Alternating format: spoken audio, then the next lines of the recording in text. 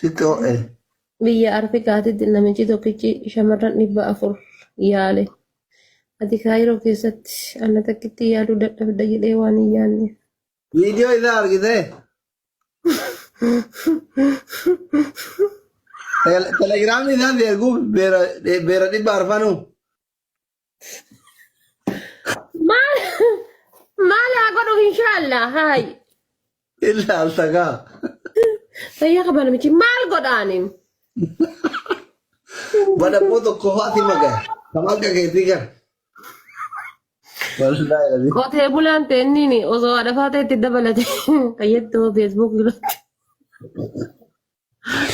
Anti filee beera gurguddaa akka keetii gara. Baga godhe dhiira.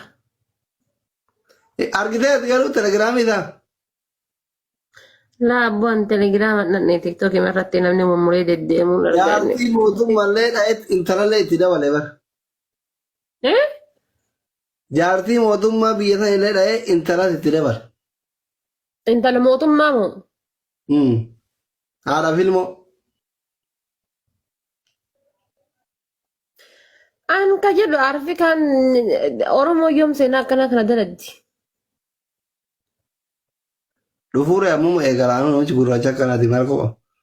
Maalaan afaan eegal taati.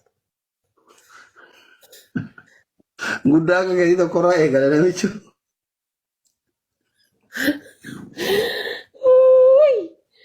Namichi dayyee godhu kaameraa laala. Akka daa'ima ofirra fincaa jirtu shurraabii ororatee kaameraa laala.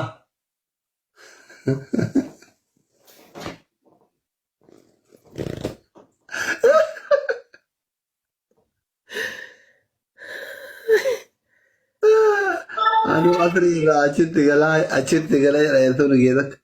Hundi isaanii viidiyoo laalaa tura. Shamarran hunda Eessatti argan? telegiraama Telegiraama isaa seenanii moo? sarchi goota. Mootummaan kaasee miti maa mootummaan biyyaa kaasee bar.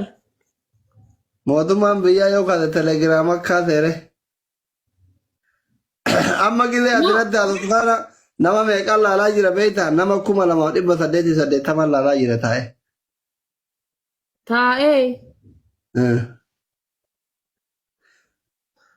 inni qaamaa waan akkasii san dalagee miskiinnan ammoo kophaa ta'anii ilaalan kana yaadne ana yaada isaaniitti na ajjeesaa jira.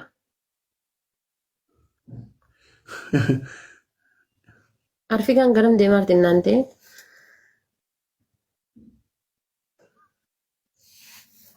Ani ijoollee isaatti garaana nyaata. Ijoollee jaha babbareedduu warra gabaabaa. taa'ee laalaa jiru